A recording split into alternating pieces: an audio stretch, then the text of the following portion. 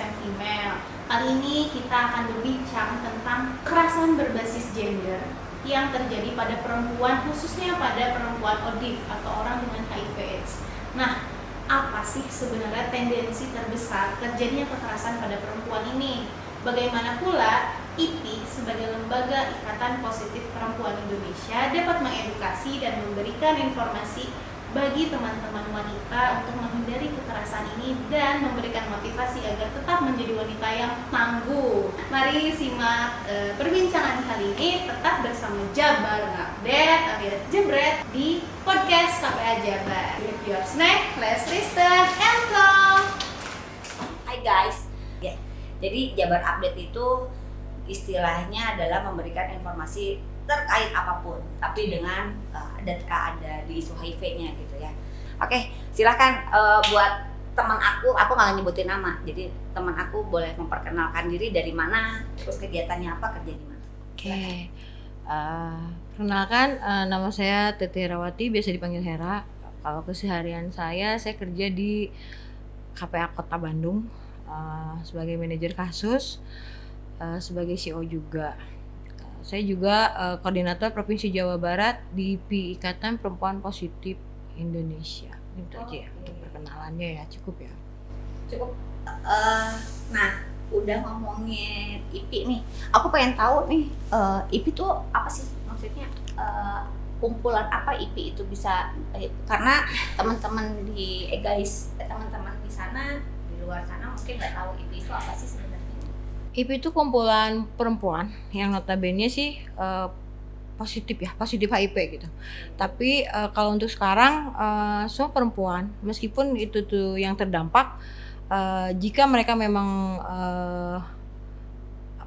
pengen tahu gitu kan terkait kebutuhan orang dengan HIV itu apa saja gitu kan.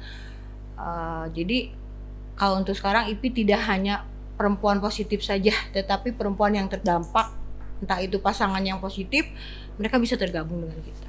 Jadi siapapun, tapi harus perempuan? Nggak juga. Jadi kalau misalnya memang kalau dulu ya, kalau sekarang sih, kalau misalnya pasangannya yang negatif tapi dia positif atau pasangannya positif dan negatif boleh. Oke. Jadi sekarang yang penting orang terdampak juga yang aware sama HIV juga boleh. Ya, betul. Misalnya saya perempuan bukan positif, terus saya pengen gabung di IPI tapi nggak jadi masalah. Nggak jadi masalah. Oke. Yang penting misalnya dia peduli dengan orang dengan HIV/AIDS. Oke. Jadi tapi di situ ada anak juga kan? Di situ anak, karena IPI memang lebih cenderung kita melihatnya kasus perempuan dan anak. Oh, jadi ngelihatnya kasus dari perempuan dan anak. Oh, IPI. Oke, berarti Teti ini adalah sebagai koordinator provinsi ya? Provinsi Jawa Barat. Korprov untuk di isu perempuan di Jawa Barat ya. Oke, Tet, lu bisa cerita nggak kalau misalnya ngomongin masalah kekerasan berbasis gender itu sebelum apa sih kekerasan berbasis gender itu, boleh nggak lu cerita gitu? Maksudnya lu pernah nggak sih ngedapatin kekerasan berbasis gender? Pernah banget. Boleh cerita gini, aku nggak maksa lu terlalu detail, tapi lu mau detail juga boleh. Kalau memang itu karena kan kalau ngomongin masa kekerasan berarti yang sudah dilakukan ya, lu akan mengingat itu. Kalau lu nggak cukup, sudah tidak bisa menahan, boleh kan? Nggak apa-apa. Oke, siap. Ya, boleh cerita. Pernah. Dulu saya memang mengalami kekerasan. Itu di pasangan.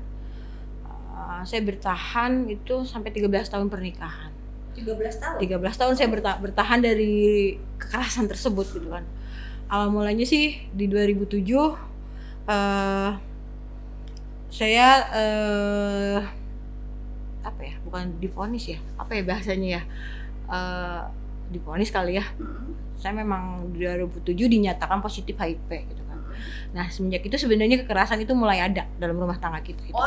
Yang awalnya pertama menikah itu belum dapat kekerasan? Ada sih, cuman tidak separah setelah gue berstatus HIV gitu kan, setelah gue positif HIV gitu kan. Jadi di 2007 setelah tahu status kekerasan itu hampir setiap hari ada gitu kan. Sudah kekerasan fisik gitu kan, verbal dan segala macam, itu memang sangat-sangat dirasakan selama 13 tahun itu gitu. Awalnya sih saya bertahan gitu ya karena ngeliat anak gitu kan. Terus saya juga berpikir bahwa pada awal-awal tahu status, aduh kayaknya gue nggak bisa deh gitu kan, bisa ngejalanin hidup lagi gitu, terus tanpa pasangan dan segala macam. Akhirnya perilaku si pasangan saya sendiri selama itu diterima gitu kan, meskipun memang tekanan itu sangat gitu kan dirasain gitu kan. Nah seiringnya waktu kita kan sering kumpul nih ya gitu kan, selain di rumah Cemara gitu, terus ketemu teman-teman yang lain, penguatan itu didapat gitu kan. Nah akhirnya setelah melahirkan anak yang kedua di 2014, keberanian itu ada buat ngapain sih gue bertahan dengan rumah tangga yang seperti ini gitu, ngapain sih gue jadi perempuan kok nggak ada harganya banget gitu kan. Nah akhirnya di situ keberanian ada dan saya sendiri sih yang mengajukan cerai dan segala macem gitu, karena memang udah nggak sanggup sih di ngejalanin rumah tangga yang memang hampir setiap hari Fisik dan verbal. Fisikis kena dong. banget gitu. Makanya jujur untuk sampai saat ini pun kalau terkait pasangan, saya tipikal perempuan yang memang susah gitu. Dalam artian banyak laki-laki yang baik gitu ya, maksudnya yang care gitu, tapi hanya sebatas temen gitu. Dan gue nggak berani buat ngambil komitmen lebih jauh ya, karena ngapain sih gue mesti komitmen lagi gitu ya. Toh gue udah bisa ngejalanin semua sendiri gitu kan.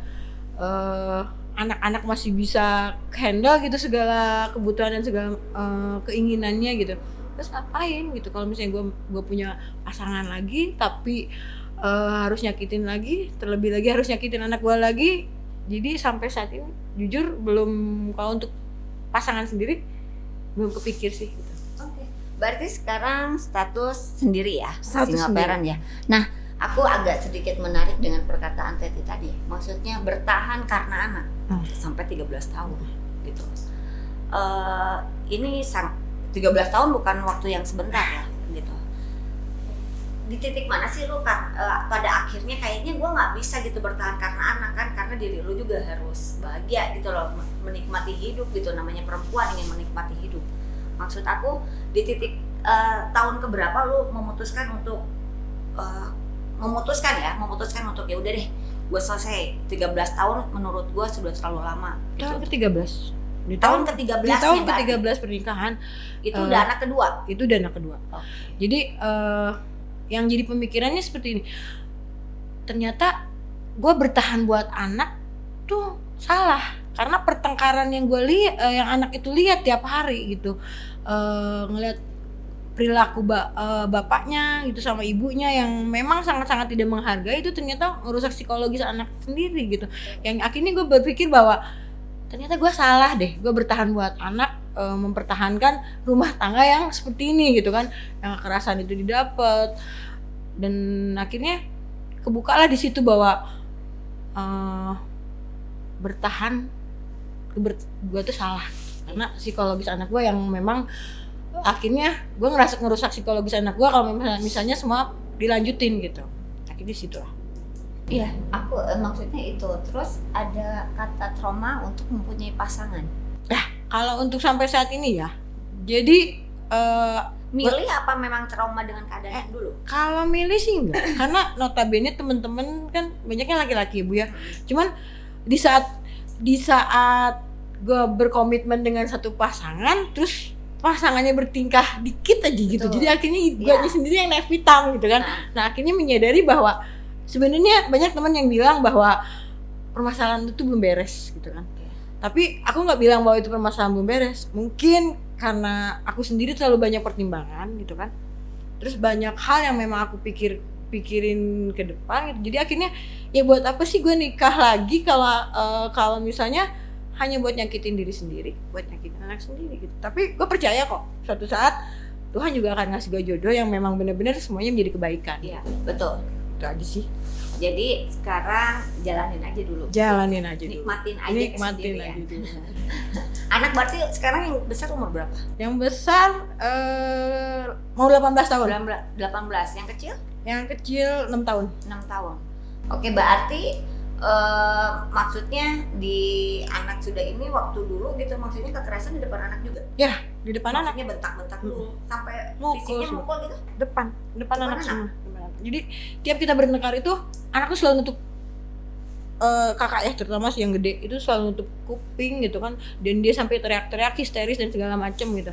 Nah awalnya sih aku nggak menyadari itu semua, tapi lama-lama setelah aku banyak temen ya di komunitas sendiri gitu kan, iya ya ngapain gue mentahanin ini semua gitu, sementara psikologis anak gue kalau didiemin makin rusak gitu. Akhirnya keberanian itu yang gue lihat yang awalnya sih sebenarnya apapun itu yang aku lihat tuh dari anak ya, akhirnya sampai aku ngambil langkah seperti saat ini ya anak lah yang buat aku kuat mengambil langkah-langkah itu gitu kan. Karena kalau misalnya diterusin juga kacau banget itu anak saya nantinya gitu. Jadi ya buat gue sih anaknya. Berarti sekarang lu sudah berdamai dengan kekerasan yang telah didapatkan dari lu dulu ya, kekerasan lu, karena lu sudah bisa bercerita panjang lebar. Menurut nanti teman-teman di YouTube sana ini akan biar tahu gitu loh, maksudnya kekerasan itu kan yang tadinya baik-baik saja, sudah punya anak 2 baru ketahuan bahwa ini kekerasan. Otomatis dulu juga lu nggak pernah tahu bahwa ngomong maneh teh geningan gitu, maksudnya hal yang kayak gitu sebenarnya perempuan kan jadi batin ya.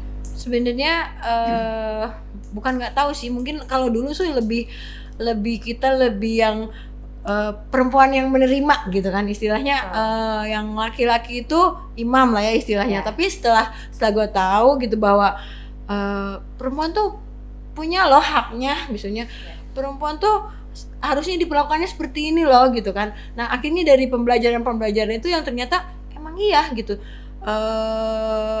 Kalau misalnya saya hanya diam disakitin, mana hak saya gitu kan. Tapi percayalah ya, nanti kedepannya mungkin akan dapat yang lebih indah. Terus aku mau nanya nih, faktor terbesar terjadi kekerasan pada perempuan HIV apa sih? Kalau faktor terbesar itu selain dari ekonomi, itu dari status HIV-nya sendiri. Status HIV-nya? Bisa kayak gini deh. Kalau ekonomi gimana maksudnya? Kalau masalah ekonomi kadang yang jadi pertengkaran kalau misalnya kita tuh kan banyak check up dan segala macam gitu ya. Terus sementara kondisi pasangan kita sendiri mabelit lah gitu ya ekonominya istilahnya, untuk penghasilan, terus dia harus ngebiayain rumah sakit kita atau pengobatan kita dan segala macam. Sebenarnya itu kadang jadi masalah juga gitu. Nah sih mana jadinya akhirnya gue harus ngeliatin budget setiap bulannya dan segala macam gitu kan. Itu terus yang kedua, kalau misalnya dari status HIV-nya sendiri, itu yang tadi yang kita perempuan itu selalu disalah-salahkan. Misal si anak sakit nih gitu kan, pasti misalnya ada kamu, gara-gara kamu gitu HIV positif, jadi akhirnya anaknya sakit dan segala macam. Terus di saat perceraian hak asuh anak tidak diberikan kepada kita sebagai ibunya dengan alasan bahwa kita tidak mampu karena kita HIV positif. Padahal kan itu nggak ada hubungannya banget ya kalau menurut kita nggak ada hubungan banget. Dan terus ancaman di mana saat kita memutuskan untuk bercerai, pasangan kita tidak mau menceraikan dan mengancam bahwa nanti status kamu akan disebar gitu. Dan itu banyak terjadi di IP sendiri. Padahal intinya si perempuan ini juga tertularnya dari si pasangan, kebanyakannya begitu.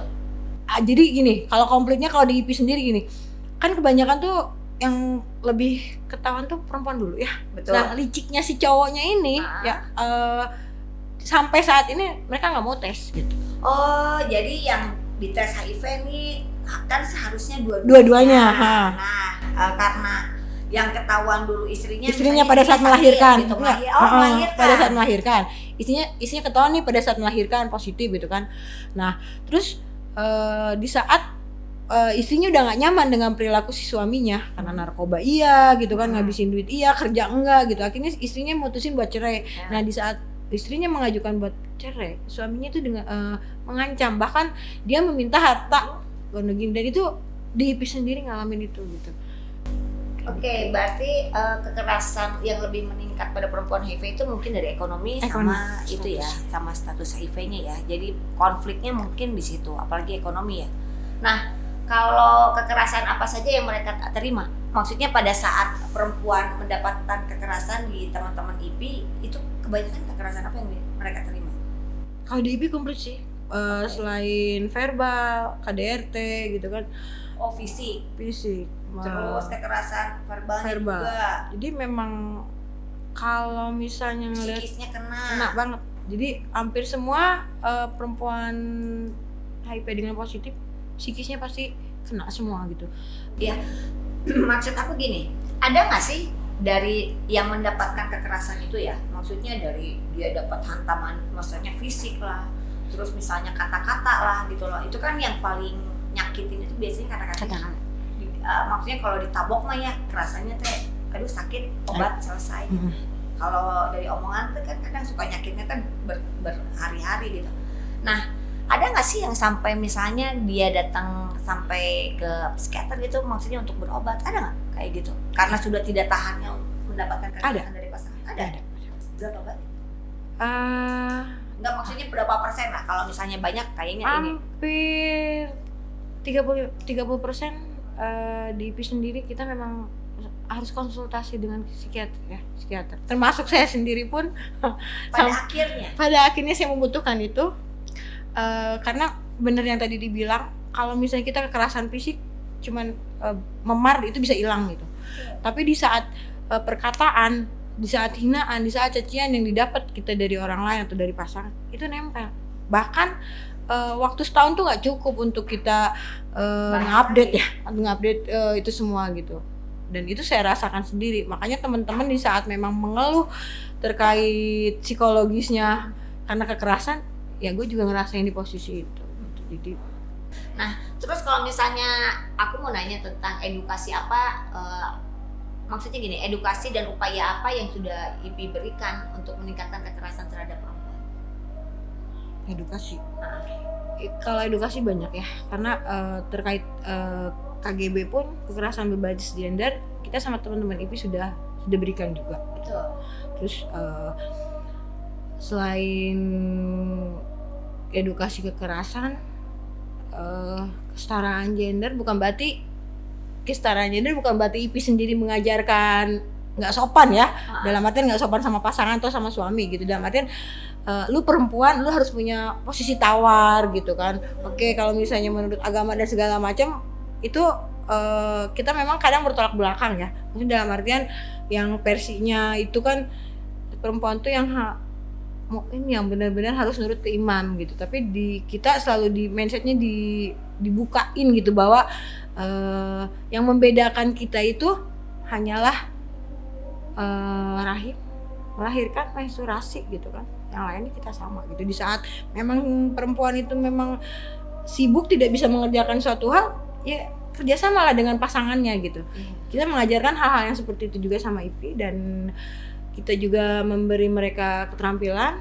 Terus selain keterampilan kita juga penguatan, terutama penguatan psikis dan psikologisnya, agar perempuan-perempuan dengan HIV positif bisa berdaya, bisa survive ngejalanin hari-harinya, dan dia nggak merasa bahwa dengan statusnya dia nggak bisa apa-apa gitu. Banyak hal sih sebenarnya. Iya, jadi tetap ya, maksudnya gini, IP itu sudah memberikan upaya edukasinya masalah kekerasan itu berarti dari kelompok ke kelompok gitu ya. Misalnya dari dampingan orang teman-teman yang HIV positif dikasih edukasi. Sebenarnya aku agak sedikit menarik ya dengan kekerasan ini, tapi memang agak sedikit jarang banget gitu pemberian informasi tentang kekerasan terhadap perempuan. Beda halnya kayak gini lah. Aku kadang kayaknya keren nih kalau ngebayangin kan kayak ya misalnya HIV gitu, tertular dari A, B, C gitu ya. Maksudnya ada pamfletnya. Tapi kayaknya kalau masalah kekerasan berbasis gender itu belum pernah ada pamfletnya. Maksudnya misalnya orang akan bisa baca gitu loh.